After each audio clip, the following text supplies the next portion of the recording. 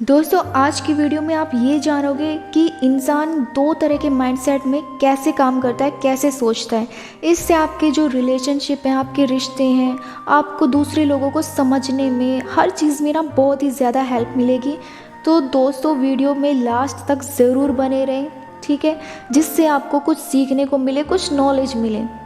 दोस्तों किसी भी बात को सोचने के ना दो तरीके होते हैं। एक वो होता है जिसमें आप अपने पुराने थॉट्स के अकॉर्डिंग गलत फैसले लेते हैं। ऐसा सोचकर फैसला लेने से सिर्फ आपका जो ईगो होता है ना और एटीट्यूड, उसको आप संतुष्ट करते हैं।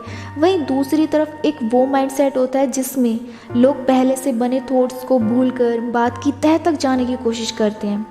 वो यकीन करने से पहले ये नहीं सोचते कि क्या मैं इस बात पर यकीन कर सकता हूँ, बल्कि इसकी जगह वो सोचते हैं कि क्या मुझे इस बात पर यकीन करना चाहिए। बिना सोचे समझे पुरानी बातों के बेसिस पर यकीन करने या माइंडसेट बना लेने को साइकोलॉजी में डायरेक्शनली मोटिवेटेड रीजनिंग कहते हैं, जिसका मतलब होता है कि हमारा जो कॉन्शियस माइंड है ना, वो पुराने एक्सपीरियंसेस के बेसिस पर हमारे बिना चाहे भी उससे एक प्रेरित या मोटिवेटेड निष्कर्ष पर पहुंचता है। जब लोग डायरेक्शनली मोटिवेटेड रीजनिंग को फॉलो करते हैं, वो अपने फैसलों के विरोध में आने वाले जवाबों को भी तैयार कर लेते हैं। ऐसे में आप ये समझ सकते हैं कि फ्यूचर में इस्तेमाल करने के लिए किसी भी चीज़ को सुरक्षित करके रख लेना। इस तरह के जो बिलीव होते हैं वो डीप रूटेड होते हैं, और ऐसे लोगों के पास उनके लिए बहुत ही प्रॉपर फैक्ट्स भी होते हैं। जब कोई सदियों से किसी एक बात पर यकीन कर रहा होता है तो वो उसके लिए हज़ारों फैक्ट्स इकट्ठा कर लेता है और उनके बेसिस पर बहस करने से भी कभी नहीं चूकता है।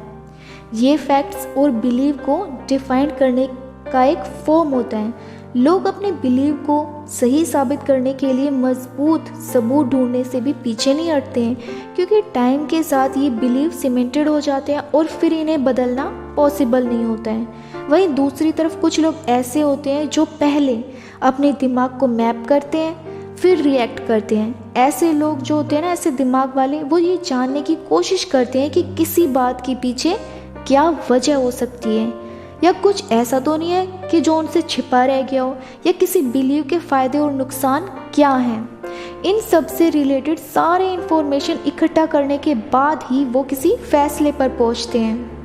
ये माइंडसेट ना एक नॉर्मल माइंडसेट से अलग नहीं होता है, लेकिन वो ये जानने की कोशिश करता है कि कोई रास्ता कितना सुरक्षित है या दूसरा रास्ता कितना कमज़ोर। ऐसे माइंडसेट से सोचने वाले लोग खुद को बेवकूफ़ बनाने के लिए इमेजिनरी चीज़ें नहीं करते हैं। तो दोस्तों अभी आपने क्या जाना कि एक होता है सोल्जर माइंडसेट जिसमें पुराने बिलीव पर लोग यकीन करते हैं। एक होता है स्काउट माइंडसेट जिसमें लोग कुछ नया करने से भी पीछे नहीं हटते हैं। दोस्तों एक स्काउट माइंडसेट का मतलब है कि अपने और दुनिया के बारे में अपनी अनुभूति को जितना पॉसिबल हो सके उतना होनेस्ट या ईमानदार रखना। एक स्काउट माइंडसेट में आपके मन में अपने बिलीव्स के लिए कोई डर नहीं होता। अगर आप जान जाते हैं कि आप किसी चीज़ के बारे में गलत सोचते थे तो आप उसको अपने मन में सुधार भी सकते हैं, क्योंकि आपका जो माइंडसेट है ना, आपका माइंडसेट ही है जो आपके फैसले को बना सकता है या बिगाड़ सकता है। लाइफ बहुत सारे जजमेंट से मिलकर बनती है, और जितना आप रियलिटी की अनुभूति को इग्नोर नहीं करेंगे या फेक अनुभूति नहीं बनाएंगे के लिए ना फैसले लेने उतने ही आसान हो जाएंगे।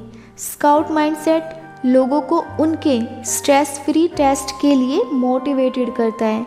जब कोई व्यक्ति स्टार्टअप करता है, किसी भी प्लान को बनाता है, उस वक्त ये बहुत ही हेल्पफुल होता है, क्योंकि आप ही हैं जो अपने किसी प्लान के फेल होने की संभावना को अच्छी तरह से जानते हैं। जैसे एक लॉयर होता है अपने केस को अच्छी तरह से जानता है, तभी उसको पता होता है कि सामने वाला जो लॉयर है वो किस तरह से बहस कर सकता है और उसके जो स्ट्रॉन्ग और वीक पॉइंट्स हैं वो क्या क्या हैं। वहीं अगर सोल्जर माइंडसेट वाला इंसान है तो वो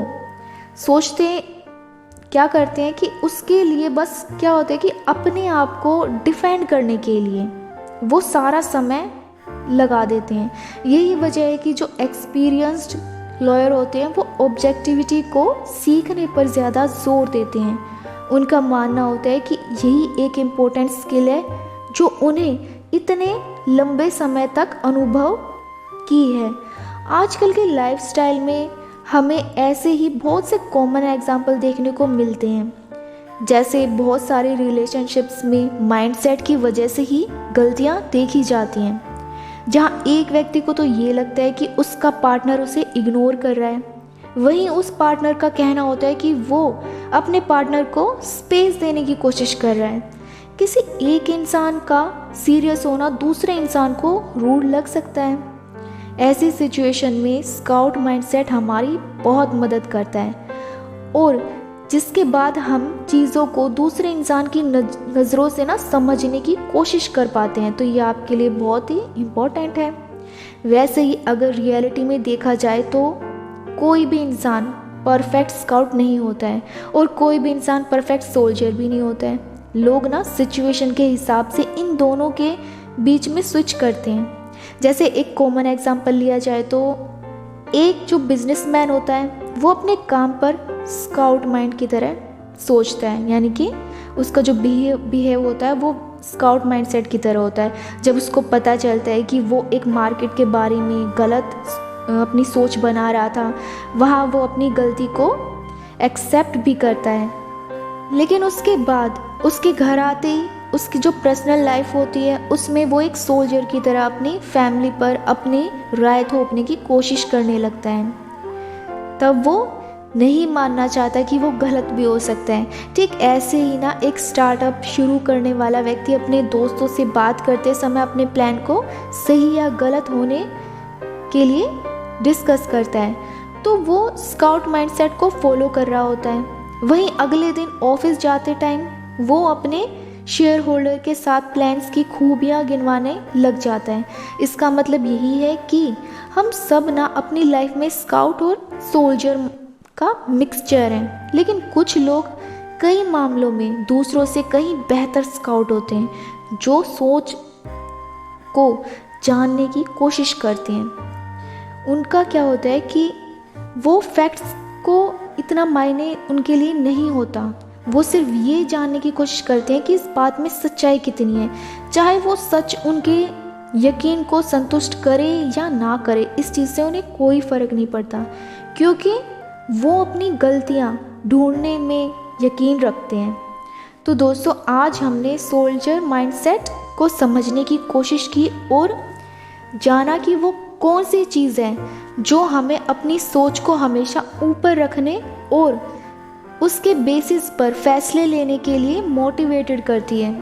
तो दोस्तों, आज आपको ये समझ आया होगा कि अगर आप अपनी लाइफ में स्काउट माइंडसेट की तरह अपने फैसले लेने पे ध्यान देते हैं तो आपके फैसले बहुत ज़्यादा सही भी होंगे और दूसरे इंसान को समझने में बहुत ही ज़्यादा आपकी हेल्प भी करेंगे। सो दोस्तों, मिलते हैं नेक्स्ट वीडियो में। आपके लिए कुछ नई इन्फॉर्मेशन लेकर आऊँगी। तब तक के लिए आप अपना ख्याल रखें और वीडियो को लाइक ज़रूर करें, चैनल को सब्सक्राइब करें ताकि आपके पास और अच्छी इन्फॉर्मेशन आ सके। Thank you so much for listening.